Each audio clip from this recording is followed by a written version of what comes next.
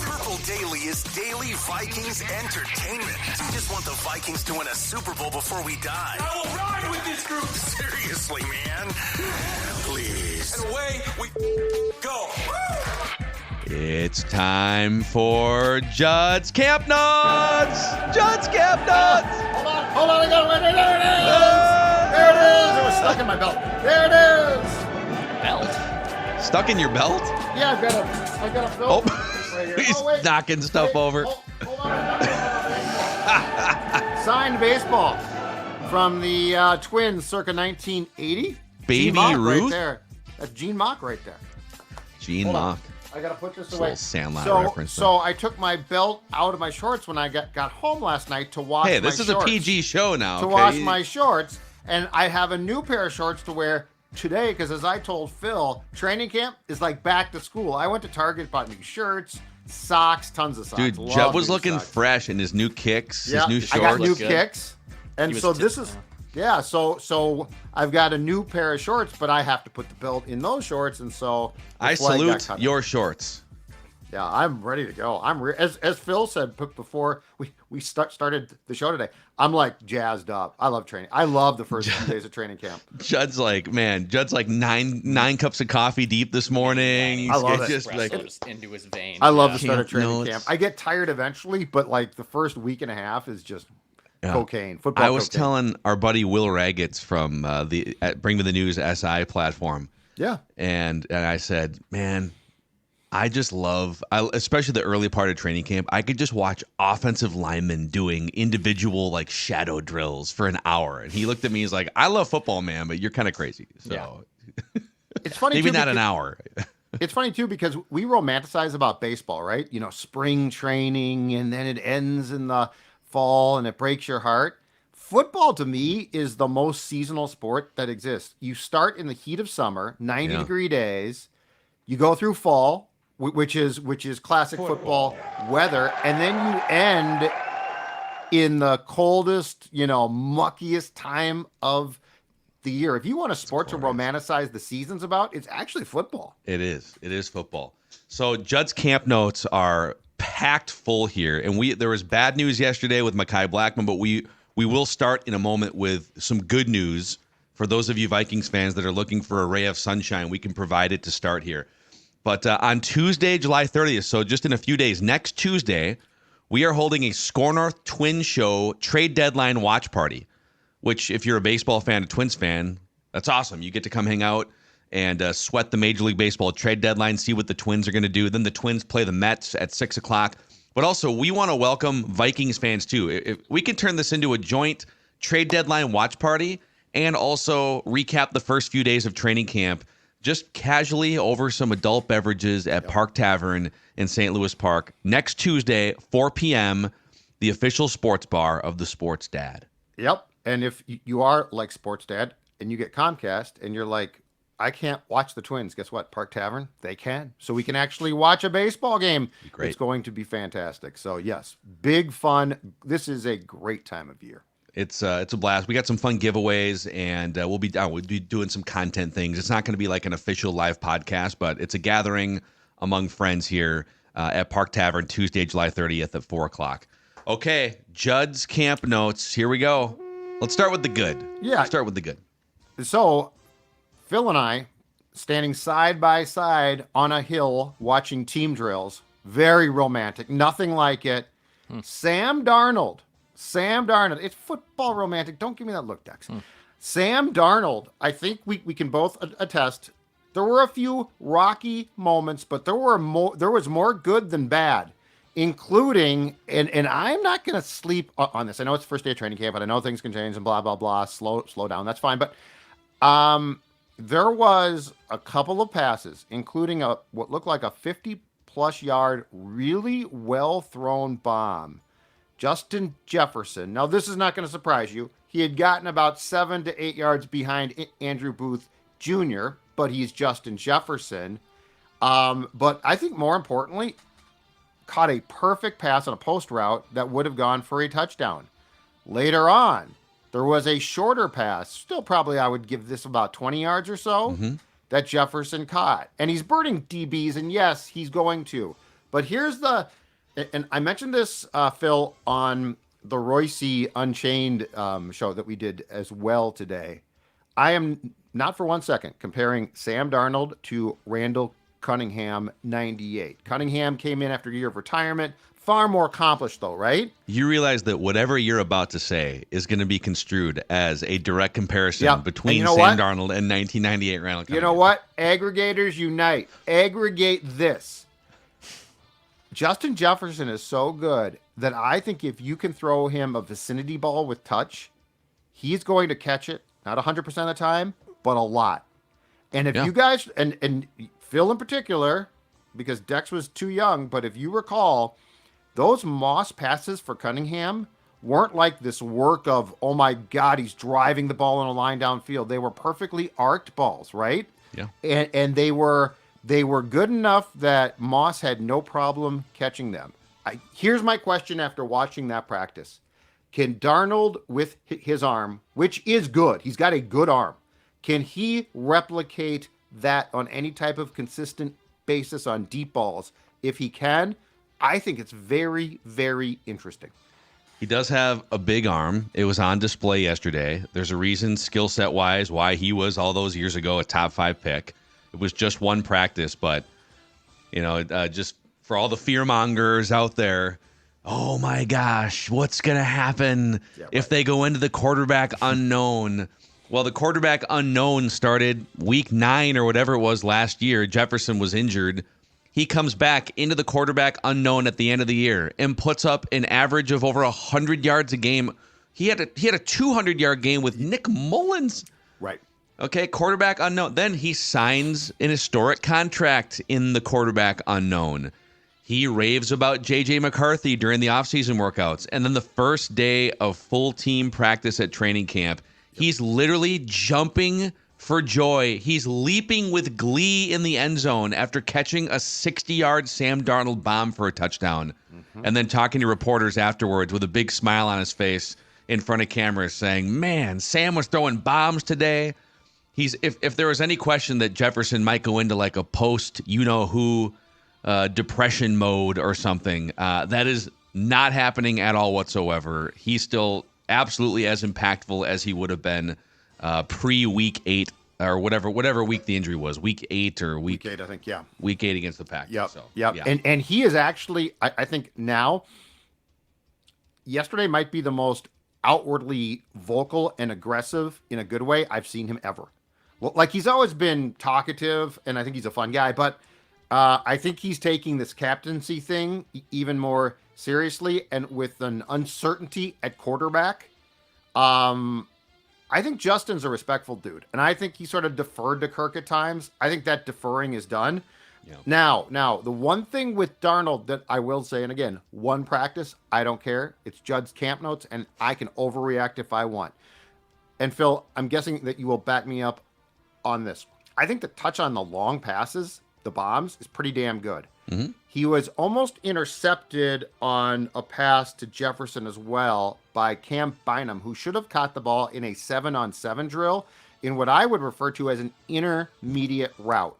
And that's my guess about where Darnold has to improve. I think he's got the touch to go over the top. Agreed. I think the question is intermediate passes, which, by the way, Jefferson is great at. Like, he catches those a ton. I think that's where it's going to be the most challenging for Kevin O'Connell to get Darnold out of the interception cycle to which he has fallen too often. Yep. Another observation while we're on the quarterbacks too.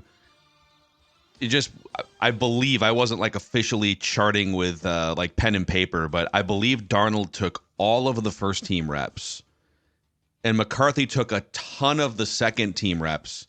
Yep. It was like, it was Darnold, McCarthy, probably getting equal throws and plays, but Darnold with the first team offense, JJ with McCarthy with the second team offense. Yep. And then it was a sprinkling of Nick Mullins and Jaron Hall, right? Is that how you sort of tracked it? And Jaron Hall was one of, well after practice was done, one of the last players off the field because I think he got almost 0 reps. He did get one series in the 11. Or maybe it was 7-on-7. I think it was 7-on-7. Yeah, it probably was. But I mean, there's 4 guys there. So the McCarthy thing to me is super intriguing. here's what we've learned. One is it's interesting just from a public relations standpoint. Darnold is going to be speaking to the media today, which is Thursday. McCarthy's actually going to go to the podium tomorrow. So like he is going to, which I think is smart. Get him ready now for it. Like don't just like they're trying to protect him, but there's a fine line there. You don't want to protect him too much. A couple of things I saw that were very different from the Cousins era when Kirk just took all the reps, all the snaps, all the first teamwork. In the very first portion of warmups, when the players do their, when the quarterbacks do their work taking snaps to get used to the centers who's snapping the ball and to get used to their hands being below their rear end. That used to be all Kirk and Bradbury. Darnold started off with Garrett in that portion of the practice, but then McCarthy rotated in and they switched. And so we're very much trying to train them both what Bradbury is like to take snaps from. And before you laugh and say, well, who cares? He does have some hyperhidrosis back there. And the exchange is one of the most, and the exchange, I think, one of the most underrated things that exists. If you have to play and you don't know your center's posterior, you can be in big trouble. So that's one thing. The second thing on McCarthy that I looked for, this is really geeky, but the second thing that I looked for was in the shotgun, he definitely has his left foot forward. That was something that they talked about during OTAs. At Michigan, his feet were even. And the Vikings said, our system is to have your left foot forward in shotgun. McCarthy is doing that. So there is a lot of work here. The only McCarthy thing I really didn't like, and he didn't have a great day, he had an okay day. The only thing I didn't like was Josh Metellus, because B-Flow's B-Flow, blitzed on the first snap in team that McCarthy took. He tipped the ball. It was fantastic.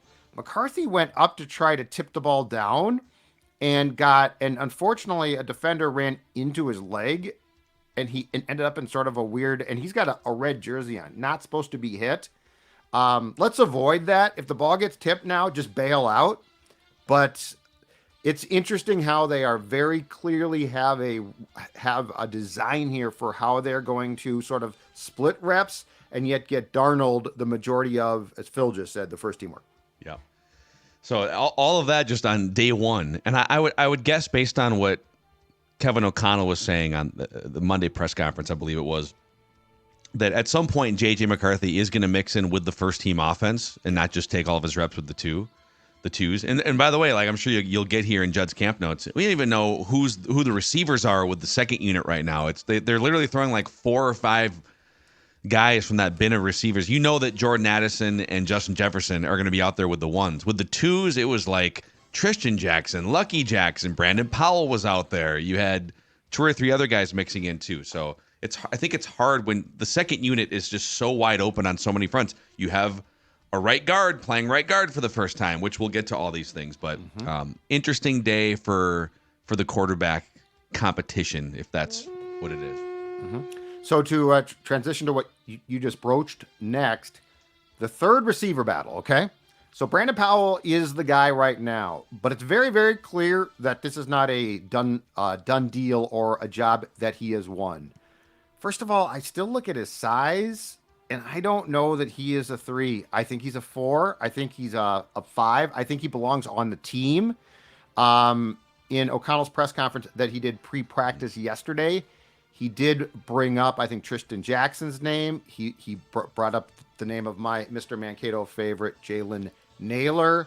Like, these guys are going to get looks, and so Powell's the guy now, but I think that Powell is going to be challenged, and I'm not so sure that Powell is going to win the job. On the tight end front, interesting to note that with TJ Hawkinson with a torn, ACL and MCL, and he's going to be out for a while, that the majority of the TJ Hawkinson reps did not go to my guy, Robert Tonyan, but they did go to Johnny Munt.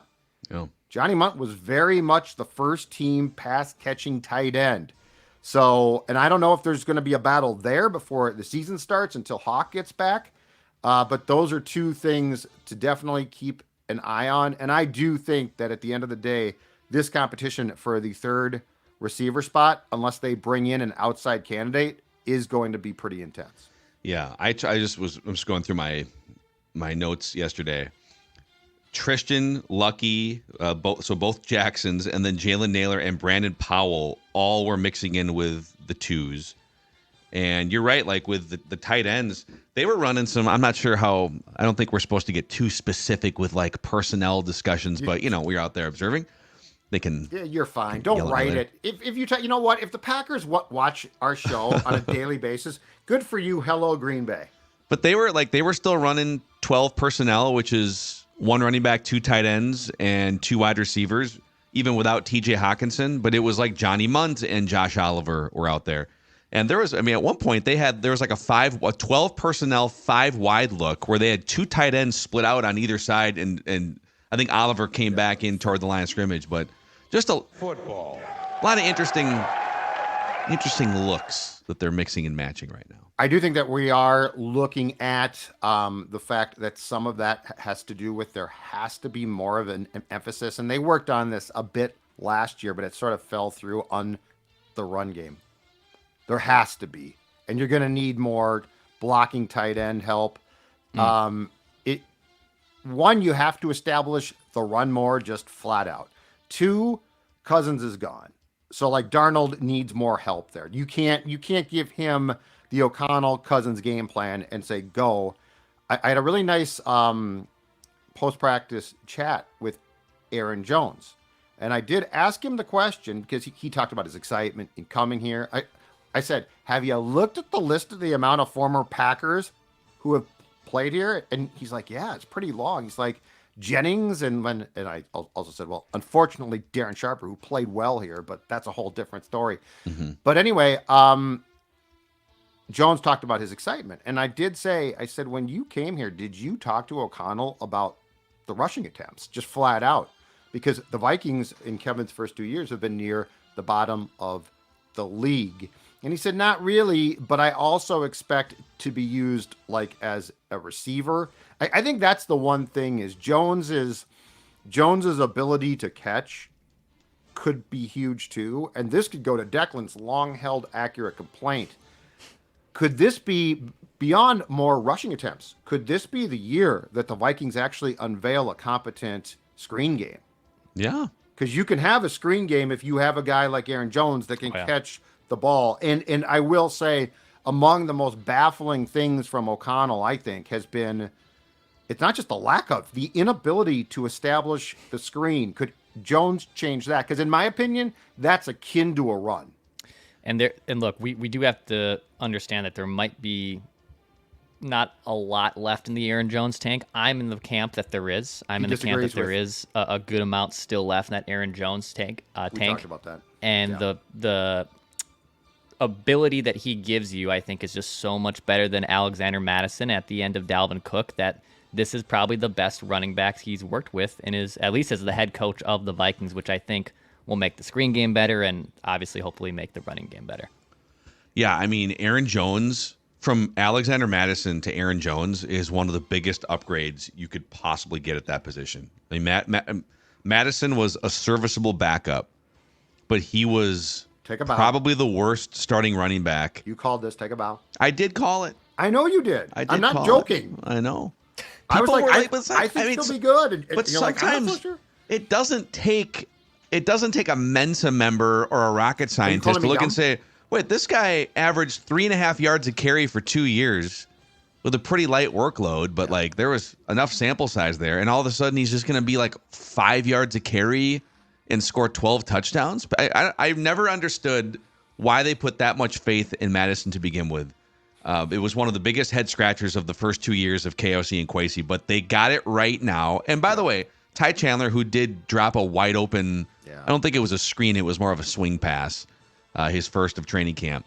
He doesn't need the pressure of being the every down 175, 200 yard carry guy. He can settle behind it. They have a nice 1-2 punch with these guys. Yeah, and I don't think that Jones is a bell cow type. But to go back to what Deck said, he is very aware of the fact that people think that there's a lot of tread on the tire, and he's like, there's not really. He's like, I'm pretty fresh for if you go look at my carries and stuff. Yeah. And he also said, I feel like I'm slept on. And I said, hold on a second, Aaron. after the game that you had against the Cowboys last year, national TV, America's team, you feel like you're slept on? Like, that was an impressive game. I said, why do you feel like that? And he said, I guess there was a ranking that came out recently where he was like the 18th best back or something. Mm-hmm. And he's like, that's why. And I'm like, okay, dude, but you also like balled out on Fox. And front offices, the ESPN.com, was it Jeremy Fowler, the annual position rankings, had him outside the top 10. That might be it then, yeah. His presence in that Packers offense, like, yes, Jordan Love balled out in the second half of the year and had a nice playoff run, but when Aaron Jones was healthy and on the field, that Packers offense was a lot better when he was on it as opposed to him being off of it. Yep. Oh, absolutely. Yes, huge. Yep. Last offensive thing. Blake Brandel is clearly the choice to start at left guard. So, like, we were like, well, is Risner coming back to start? And Risner came back in, May or June on a really cheap contract. Blake, as a restricted free agent, was signed to a 3-year deal, which could justify starting. The goal is for him to start. First team, Ingram was still at right guard.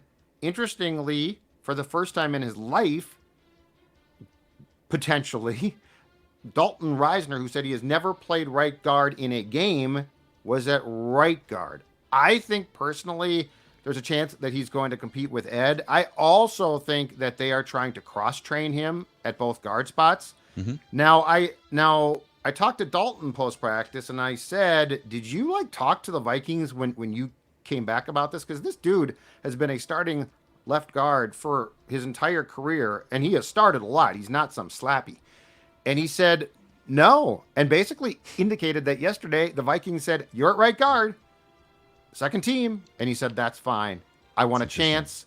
I think from his contract and the fact he sat on the open market for 2 consecutive years now, he's well aware that teams aren't knocking down his door. But he said in high school he played left tackle and center. And in college at Kansas State, he played center and right tackle. He said, I have never taken a snap in-game at right guard. It's an adjustment, but he felt good.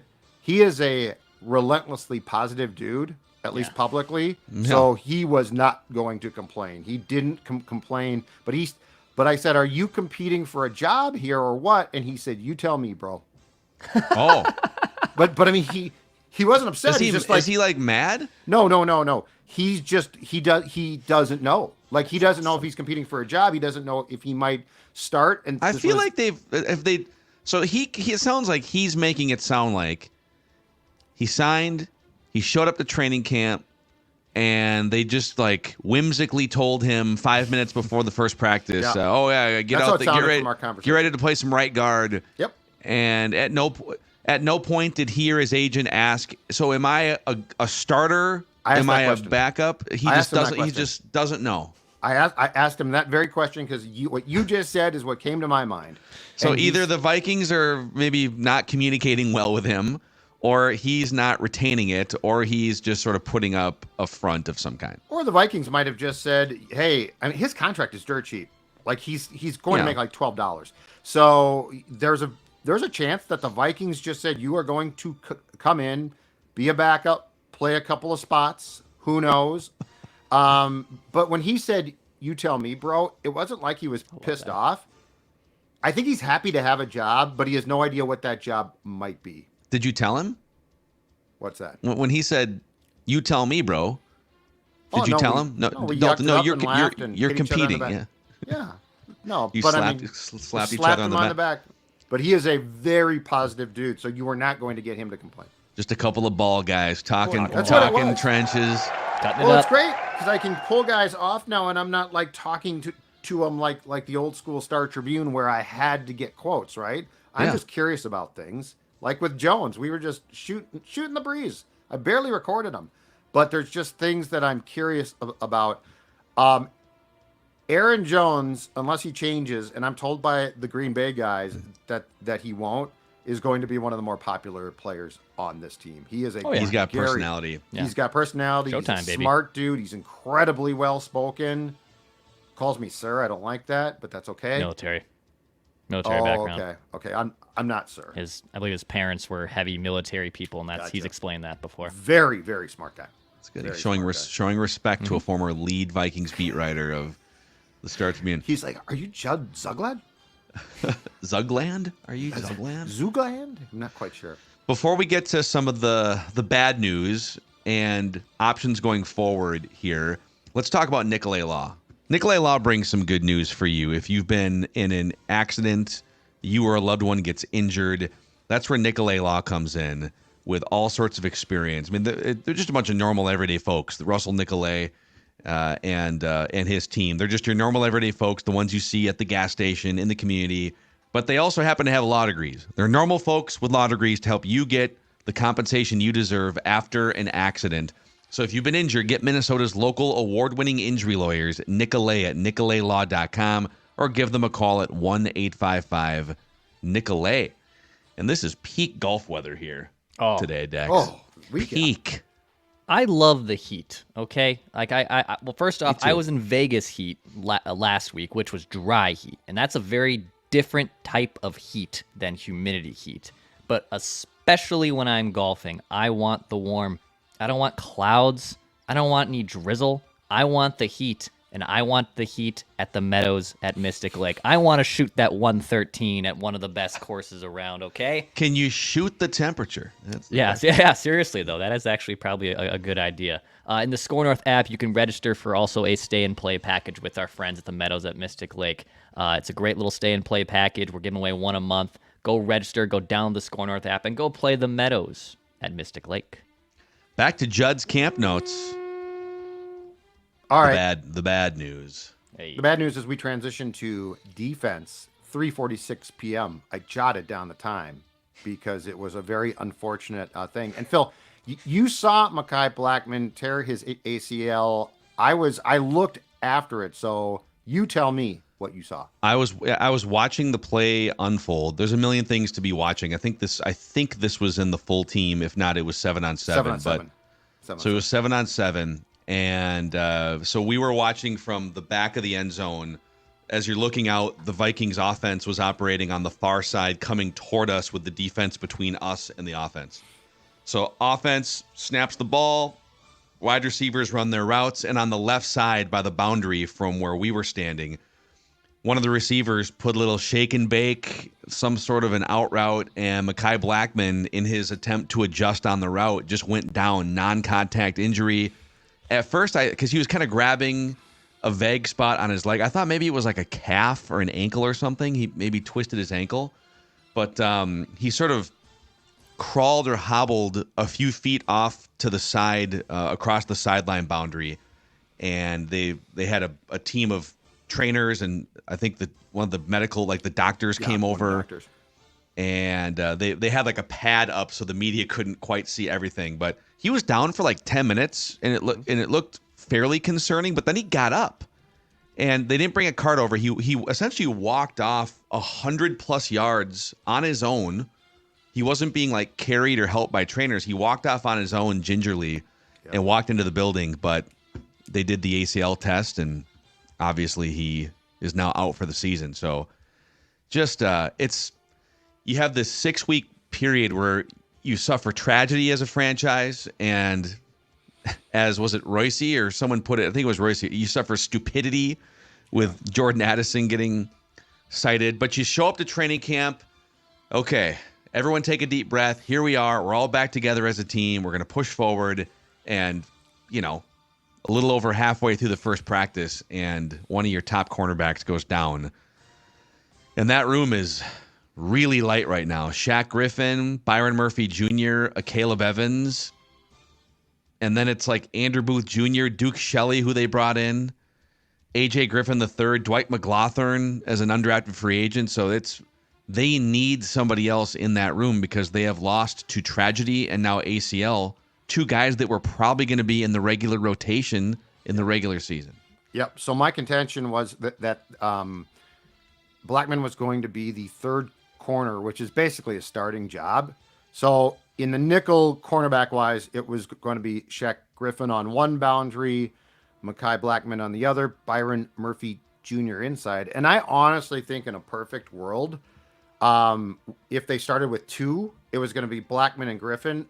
Murphy should be in one place. Like it's a huge ass to have a guy be a boundary corner and then go inside, because those two positions are both called corner, but they are not the same.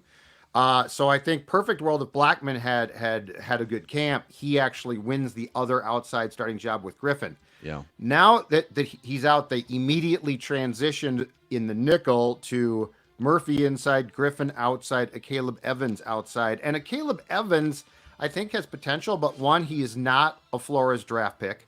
And two, he has been up and down. So to what you just said, Phil, I got to think that they are on the horn right now trying to find a veteran corner who can compete for a starting job. Not a guy that you're going to bring in and be like, hey, I hope you can. Like, I think there's a fighting chance Duke Shelley is a body. I agree. They like him. He's a good guy. He's going to come in. He's going to compete. But he is certainly not a Flores type of corner. So it's one thing to bring in bodies to fill the cornerback room up. It's another to lose a guy like Blackmon and say, we need a guy that could potentially start. I got to think that in the coming days or weeks, we're going to see them sign a corner. And we're not going to say, who the hell is that guy? We're actually going to recognize the name. The playing cornerback in the NFL has become like next to impossible, just with the league adjusting to being an offensive league and rules and whatnot. But this concerns me. Like, this is one of the thinnest and weakest position groups in football. Like, their cornerback room is suspect at best right now. And if I really do like what they have done with adding new pass rushers here, and I hope Dallas Turner's great. Andrew Van Ginkel's going to hopefully be used in a role that is even more maximized than he was with Miami. If that pass rush does not get home, this is going to be a brutal year. And even with Brian Flores, in my opinion, cooking up some great things here and there, if that pass rush does not get home, these corners are going to be exposed unless someone takes a drastic step forward, or probably multiple in training camp. But the good news is there's a couple names out there. We might as well get into them here. Let's start with Stephon Gilmore. So Stephon Gilmore is going to be 34 years old in September, and he's been on, I think it's 4 teams in 4 years now. I mean, he had the first 5 years of his career were in Buffalo, then he goes to New England for a few years, wins a Super Bowl or 2, and then Carolina 2021, Colts 2022, Dallas 2023. But even last year, as a 33-year-old in Dallas, he wound up as the 37th highest graded cornerback in the NFL out of 115 qualified cornerbacks. So he's still like top quarter of the league in cornerback, just PFF grade. And Judd, you mentioned this off mic, or maybe it was on the scoop session with Doogie. Of those 115 qualified cornerbacks, he was 18th in man coverage grade. So right, he can do it Flores once. He's on the wrong side of his prime here. And to the Flores point, he spent 4 years with Bill Belichick's defensive system in New England. Flores overlapped with 2 of those years. Now, Flores was a linebackers coach the 2 years that Stephon Gilmore overlapped with him. But, if Flores knows him and has worked with him behind the scenes, the Vikings do have plenty of cap space for 2024 here for this season to make a signing. They've left themselves some wiggle room. So I think he makes sense, and he would come in. He's not going to solve the problem for the long haul like Mekhi Blackmon might, but he'd solve your problem for 2024 potentially. Yeah, and I mean, that's fine, right? Because he's not going to. He's still out there, so he's not going to break the bank at all. Comes in for a year, plays man. I mean, that's where the Vikings have to be competitive. The other name that stands out, speaking of Flores connections, is J.C. Jackson. Now, he's only going to be 28 in November. He spent 4 years with the Patriots. He was really good. 2 years, back to your point, with Flores on the coaching staff there. Was signed to a mega contract by the Chargers, and it went south there. And if you recall, in fact, when the Chargers played here last year, J.C. Jackson, I think, was a healthy scratch. So, like, he wasn't played. Things were just... And he is still out there as well. So, like, Gilmore and J.C. Jackson, if you're looking to plug guys in who know what Flores wants, those 2 immediately come to mind, because they could show up tomorrow and play in a system that wouldn't take a lot of teaching, probably. A third name we should throw out there, because he is a free agent and he thrived in Miami under Brian Flores when Flores was a head coach, is Xavier Howard. So he's younger than Stephon Gilmore. I would say two things on Xavier Howard that would give you pause. One, his play has eroded. If you look at like the PFF metrics, he peaked maybe 3 years ago, and the measurements have just kind of gone down the last couple of years. And then there's also this story from the beginning of June. Former Miami Dolphins star cornerback Xavier Howard sent a male teenager a sexually explicit photograph of the teen's mother because she refused to get an abortion, a new court filing alleges. The allegation was made Thursday in a lawsuit filed last year by a woman who is not the teenager's mother. The woman who filed the suit accuses Xavier Howard of secretly recording them having sex and sharing the recordings with others, including this teenage son. Quote from the attorney, Xavier Howard operates by intimidation and force. Where he goes, destruction follows. And the lives of two individuals have been irrevocably altered because of him. So that's still floating around out there. I don't know. Vikings might choose to stay away. We'll see. Probably smart. And I think the one name to keep an eye on as far as a potential trade goes. Now, this would be taking on some salary. I think cap-wise it would work, though. 28-year-old cornerback from the Saints, Marshawn Lattimore, who I think is available right now. He's entering his 8th year with the Saints. That would be the most in move that you could possibly make. I don't think the Vikings do that, but it's just something to keep an eye on. I have seen some corners of Vikings Twitter looking at like Patrick Surtain the second as a trade option too. Mm-hmm. Oh, okay. But that might be a first-round pick. I don't think they have enough. Plus. Yeah, like they have three and probably 4 with a eventual compensatory draft pick. So I'm with you.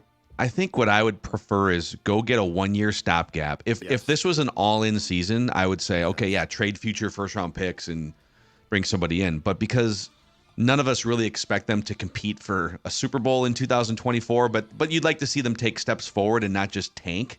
Yes. I don't want to see them tank in 2024. Yes. Go bring in a Stephon Gilmore for 1 year stopgap. Mekhi Blackmon comes back next year. Keep your first-round pick. You got a bunch of cap space for 2025. Keep all of that open for next year. So, and as far as March of 2025 free agency now, cornerback becomes a definite spot to watch. Like I think they're going to need to add a good one. Like before you hoped Kyrie Jackson might develop and the tragedy struck.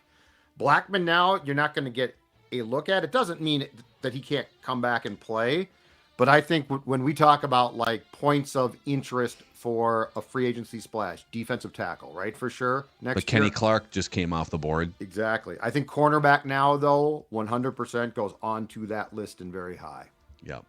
So they got to figure this out. I would be shocked if they don't bring in a credible name that you've heard of, like you said a few minutes ago, at cornerback in the next week or two. He's got to be bagging him too. He's good, but as Declan said, he's not a miracle worker, for Christ's sakes. He's got nothing back there now. And by the way, Shaq Griffin, we don't know yet. Yeah. Like, he's a name. We don't know if he's good still. Yeah. It's true. Anyway. It's true. All right, final defensive notes. Good news on the injury front. Not taking part in teamwork yet. Andrew Van Ginkel, though, who's coming off a Liz Frank foot injury, which is a big deal. He was practicing 7-on-7. They're going to ease him in. My fear, and I believe that I'm going to lose a point and write that down because of this. My fear was that he would start training camp on some type of injury list. He did not, and he's taking part in practice. Again, he's coming off the type of foot injury that can keep people out for a long time. I thought it was interesting, not surprising. Dallas Turner and Pat Jones both got plenty of first-team reps. Dallas Turner is definitely in this mix, which he should be.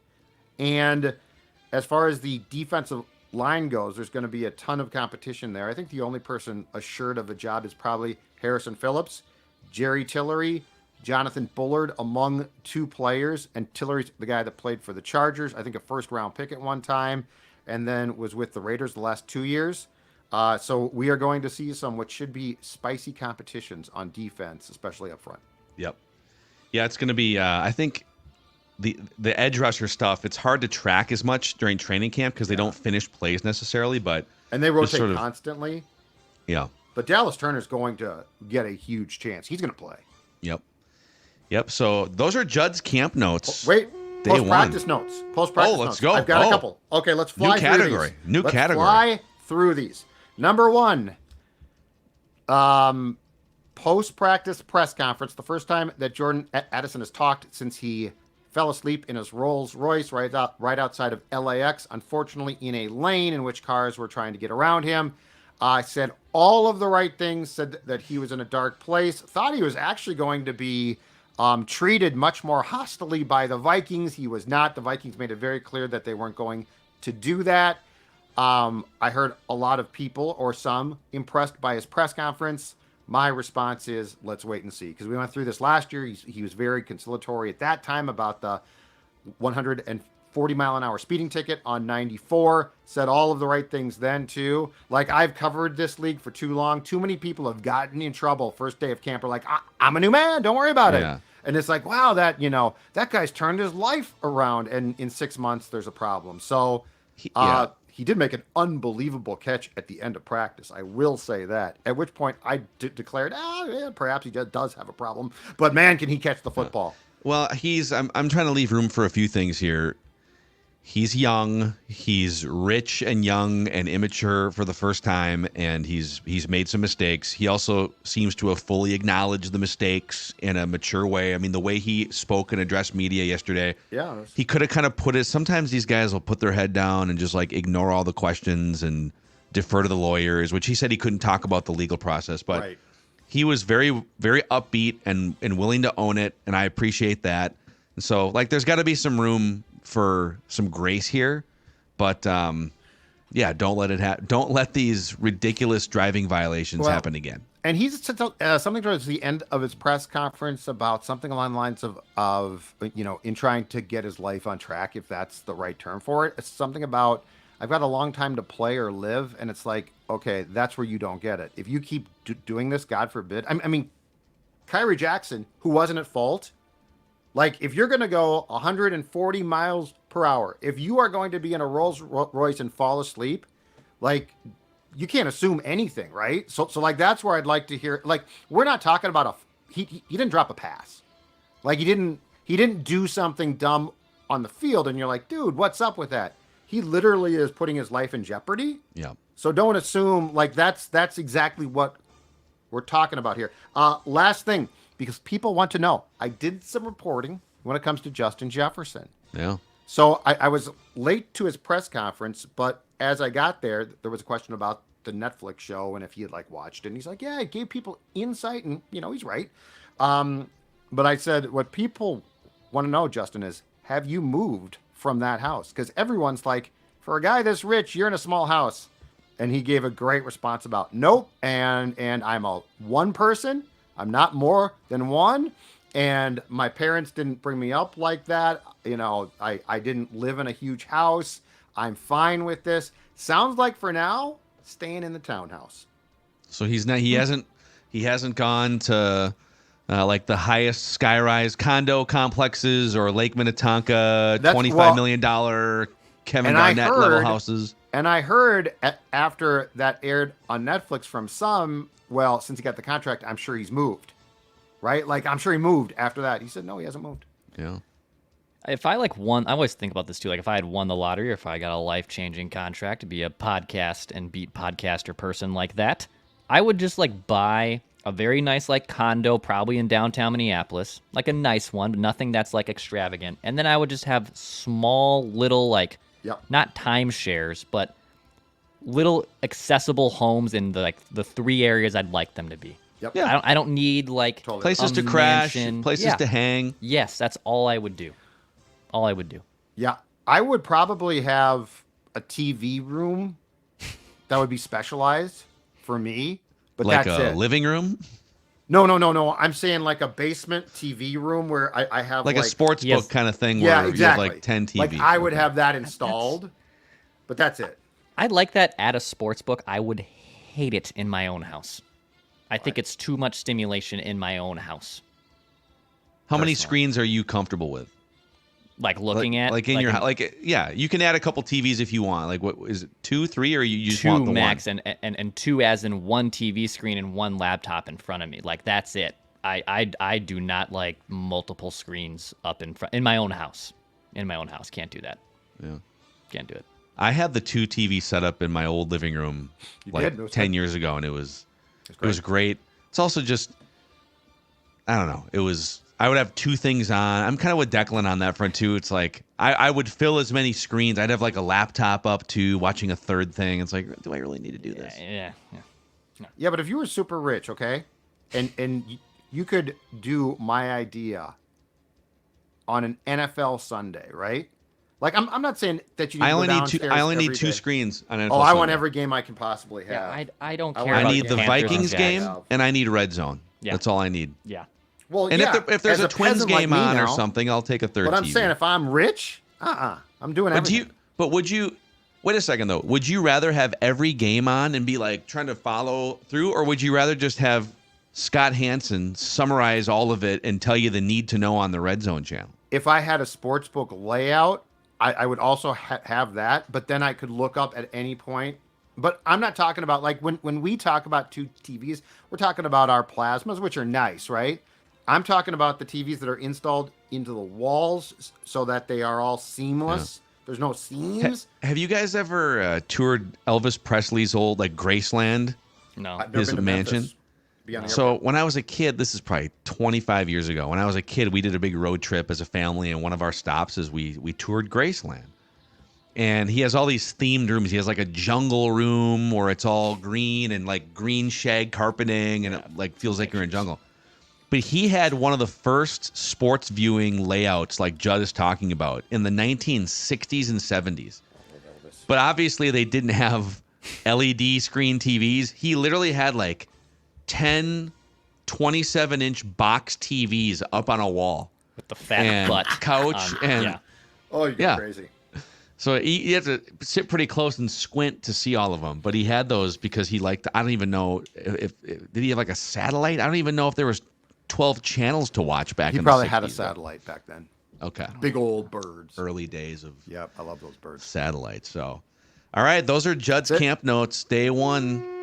We'll have plenty more in the coming days. We're going to turn Feedback Friday tomorrow basically into a Judd's Camp Notes. Feedback Friday live every single Friday just after 10 a.m. Central Time on the Purple Daily YouTube channel. Breaking news from our friend Dukes.